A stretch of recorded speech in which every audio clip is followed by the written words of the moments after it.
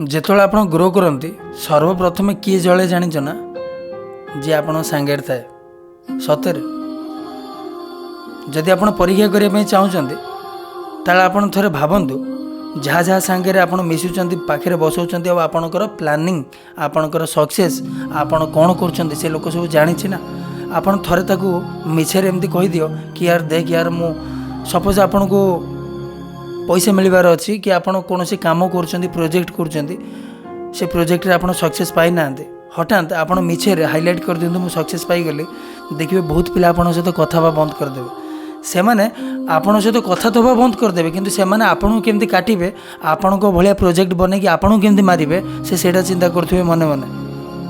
ହୁଏତ ଖୁସି ହେଇପାରନ୍ତି ମୁହଁରେ, କିନ୍ତୁ ସେ ଆପଣଙ୍କୁ ଟକ୍କର ଦେବା ପାଇଁ ଆରମ୍ଭ କରିବେ, କାହିଁକିନା ତାଙ୍କର ସେ ଔକାତ ନାହିଁ ସେତିକି ଚିନ୍ତା କରିକି ପ୍ରୋଜେକ୍ଟ ବନେଇବା।